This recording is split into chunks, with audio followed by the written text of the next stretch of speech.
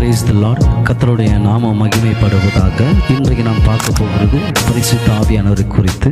யோவான் 16வது அதிகாரம் வசனம் 13. சத்திய ஆவியாகிய அவர் வரும்போது சகல சத்தியத்துக்குள்ளே உங்களை நடத்துவார். சத்திய ஆவியாகிய யார்னது? பரிசுத்த ஆவியானவர். அவர் நமக்குள்ள வரும்போது நம்மளை சத்தியத்துக்குள்ளே போதிப்பார். அது மாத்திரம் இல்லை, இயேசுவை பற்றிய ஒரு வெளிப்பாடுகளை நம்மளுக்கு கற்றுக் கொடுப்பார். பிதாவாகி தேவன் எப்படிப்பட்டவர் நம்மளுக்கு கற்றுக் கொடுப்பார். இப்போ பிதாவே அப்படின்னு சொன்னீங்கன்னாக்கா உங்களுக்கு அவர் அன்பை வெளிப்படுத்துவார். இயேசுவே அப்படின்னு நீங்கள் கூப்பிட்டீங்கன்னா அவர் கிருபையை கொடுப்பார்.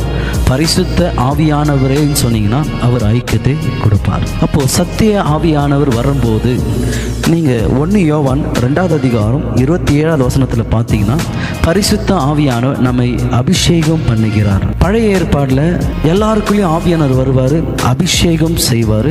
அவர் எல்லாருக்குள்ளேயும் தங்கி இருக்க மாட்டார். ஏன்னா ஆதாம் மூலியமா வந்தவங்க எல்லாம் பாவத்தில் பிறந்தவர். அப்போது பாவத்தில் இருக்கிறவங்களுக்குள்ள ஆவியானவர் நிரந்தரமாய் தங்க மாட்டார். ஆனால் புதிய ஏற்பாடில் நம்ம ஆண்டவராகிய இயேசு கிறிஸ்து நம்முடைய பாவங்கள் எல்லாம் கல்வாரி சிலுவையில் சுமந்து தீர்த்ததுனால இப்போ பரிசுத்தாவே நம்மை அபிஷேகம் பண்ணி மரணம் பறைந்தும் அவர் நம்மோடு அவர் தங்கி இருக்கிறார். சங்கீதம் 51வது அதிகாரம் தாவீது சொல்றாரு, ஆண்டவரே உம்முடைய ஆவி என்னை விட்டு எடுத்துறாதீங்கன்னு.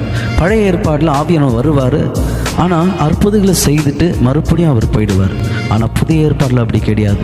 அவர் நமக்குள்ள அவர் வந்துட்டார். மரணம் வரைந்தும் அவர் நம்மோடு இருப்பார். பாருங்க, இந்த உலகம் பொல்லாத உலகம். இந்த உலகத்தில் நீங்கள் ஜெயிக்கணும்னா உங்களுக்கு தேவையானது ஒன்று, அது பரிசுத்த ஆவியானவர். இயேசு கிறிஸ்து கூட ஒரு இடத்துல சொல்றார், நான் தேவனுடைய விரலாலே நான் பிசாசு துரத்தினேன். இன்னொரு இடத்துல சொல்றார், தேவனுடைய ஆவினாலே பிசாசு துரத்தினேன். அப்ப பிதாவாகிய தேவனுடைய ஆவி எது?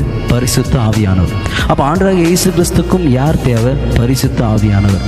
அவருக்கும் ஆவியான தேவைனா உனக்கும் எனக்கும் பரிசுத்த ஆவியானவர் தேவை. அவர் இல்லாமல் நாம் ஒன்றும் செய்ய முடியாது.